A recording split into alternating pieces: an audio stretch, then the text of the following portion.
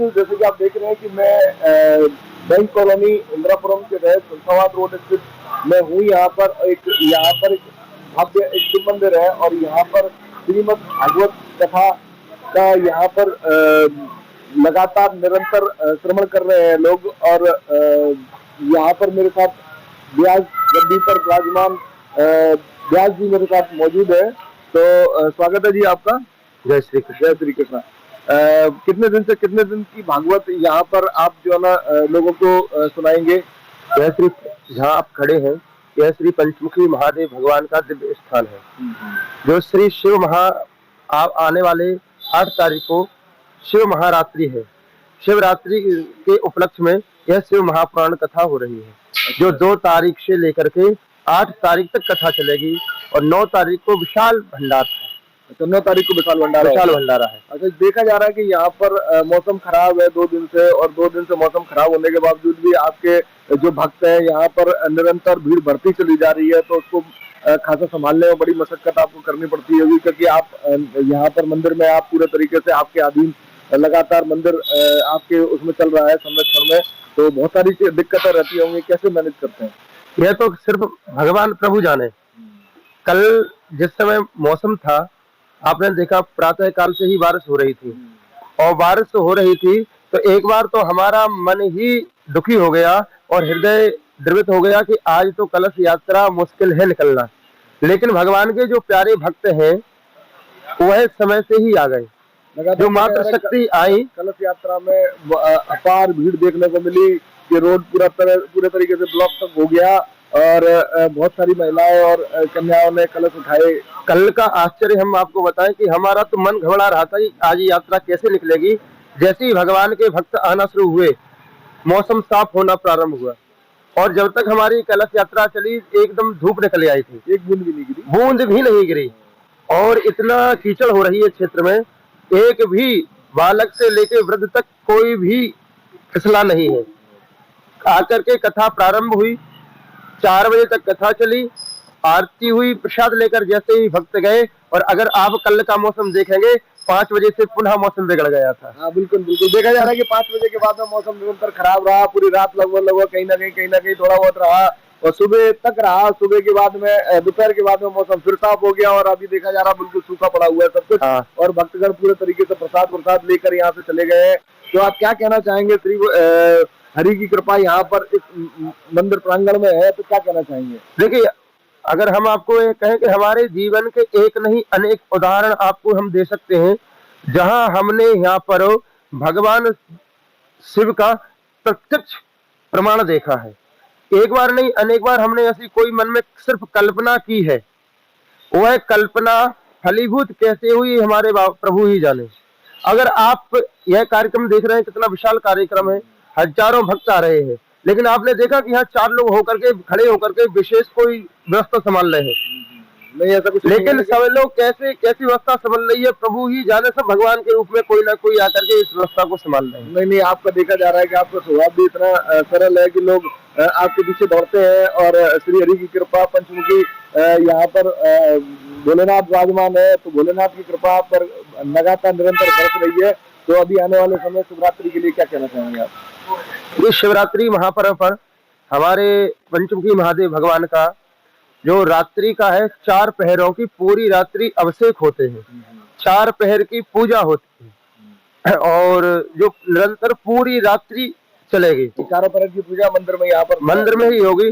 उसमें विशेष सुविधा यह है कि भगवत कृपा से भगवान के भक्तों के द्वारा ही पूजा सामग्री आदि इत्यादि की व्यवस्था हो जाती है। अगर कोई भी भक्त आना चाहता है तो न तो किसी घबराने की टेंशन है कि हमें वहां जाएंगे रात्रि में रहेंगे, हमारा किसी प्रकार का कोई शुल्क है, कोई किसी प्रकार का खर्चा है। आप तन मन धन से आकर के बैठ करके मन भक्ति भाव श्रद्धा से पूजन कर सकते हैं। किसी भी प्रकार का कोई शुल्क, किसी प्रकार की कोई आर्थिक आपको नहीं आने वाली। दूसरा, विगत 3 वर्षों से प्रातः काल श्री पंचमुखी महादेव भगवान का निरंतर रुद्राभिषेक चल रहा है। मैं आपको विशेष बधाई देना चाहता हूं, आपके माध्यम से आपके दर्शकों को बताना चाहता हूं कि जो भी आना चाहता हो किसी भी प्रकार से शिवरात्रि महापर्व पर जो भी आना चाहते हैं वो आप निरंतर यानी यहाँ पर आप आ सकते हैं, निरंतर यानी यहाँ पर आप आ सकते हैं, पूरे तरीके से दरवाजा खुला हुआ है। हाँ, ठीक है, धन्यवाद। और विशेष करके 9 तारीख को विशेष भंडारा है, तो आप आपके सभी दर्शक सादर आमंत्रित है, आइए भगवान का प्रसाद पाइए, सभी लोग आनंद लीजिए और सभी का जीवन मंगलमय हो। भगवान सभी को सुख शांति समृद्धि प्रदान करें। हमारी भगवान के श्री चरणों में ऐसी प्रार्थना है कि आपके सभी दर्शकों का भी मंगल हो। धन्यवाद। जैसा कि आप देख रहे थे, संतोष शर्मा जी है, कथावाचक है और यहाँ पर निरंतर कथा यहाँ पर कहते हैं और पिछले 3 वर्षों से यहाँ पर बताया जा रहा है कि यहाँ पर चारों प्रहर की पूजा शिवरात्रि पर यहाँ पर रहती है और हमारे माध्यम से ये सूचना देना चाहते हैं कि कोई भी भक्त यहाँ जो शिव भक्त हैं और जो कि चारों प्रहर की पूजा यहाँ पर शिवरात्रि पर करना चाहते हैं, वो आप निःशुल्क यहाँ पर आप पूजा कर सकते हैं। शिवरात्रि पर आपके लिए दरवाजे हमेशा खुले हुए हैं और 9 तारीख को यहाँ पर कथा विश्राम होने वाली है। 8 तारीख को विश्राम होगी, 9 तारीख को भंडारा है जो कि पंडित जी के माध्यम से हमें बताया जा रहा है। तो जो भी भंडारे का प्रसाद लेना चाहते हैं 9 तारीख को निरंतर संतोष शर्मा जी के दर्शन करके आप प्रसाद ले सकते हैं। आने वाले समय में देखते हैं कि संतोष शर्मा जी को हम दोबारा से दिखाएंगे तो किस प्रकार और किस रूप में आप देखेंगे, किस तरीके से आपको दर्शन देंगे। जीएस न्यूज के लिए लोधी अशोक राजपूत आ गए। जब तक इस धरा पर एक भी पार्टी ब्राह्मण बचेगा, लेकिन भगवान के दरबार में भगवान की कथा में दूसरा ब्रह्मा कौन सा आ गया? ब्रह्मा जी ने जाकर के देखा, भक्तों के जीवन में विघ्न डालोगे, मेरे भक्तों की शांति में अशांति फैलाओगे तो मैं लग जाते हैं। इतने में कोई आए और टॉर्च दिखाए, अरे भैया कहाँ तुम डर रहे हो, ये तो रस्सी है। ऐसे ही भगवान की लीलाओं में मोहित होती है, वहां पर विनमय उत्पन्न हो जाता है। जब भगवान श्री धाम वृंदावन में खड़े होकर यमुना पुलिन पर, यमुना के तट पर खड़े होकर के अपने अधरों पर बंसी को सजा करके जैसे ही तान छेड़ते हैं, बंसी बजाते हैं, तो उस समय विनमय होता है। क्या विनमय होता है? गिरिराज जी जो विशेष बड़ी बड़ी शिलाएं हैं, वह शिलाएं रस रूप होकर प्यारे श्याम सुंदर की ओर बहने लगती हैं।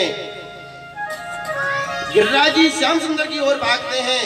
वो जो निरंतर एक क्षण न रुकने वाली यमुना है, वह यमुना बर्फ के रूप में, पहाड़ के रूप में रुक जाती है। अरे मैं फिर बह लूंगी, अभी रुको, श्याम सुंदर की बंसी को तो सुन लूं। जो जड़ वृक्ष हैं, वह वृक्ष कहते हैं अपने जोड़ जोड़ से हिलते हैं और जो उन पर फूल लगे हुए हैं वह भगवान के श्री चरणों में गिराने का प्रयास करते हैं।